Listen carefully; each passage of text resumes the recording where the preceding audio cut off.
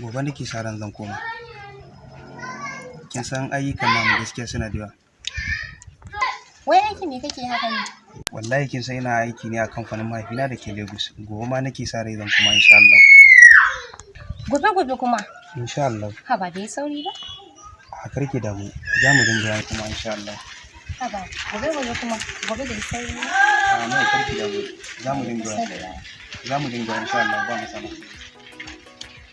Da fatan hakan dai ba damuwa ko? A gaskiya ni na ji ba daɗi amma kuma ai ka ba zata da yawa. Mai karki da mu. Yanzu ba damuwa mu je ɗan taka miki ba?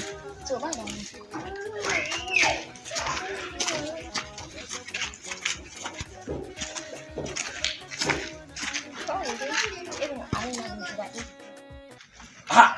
Shege abokina wallahi kayan nan yafi na je ke wallahi.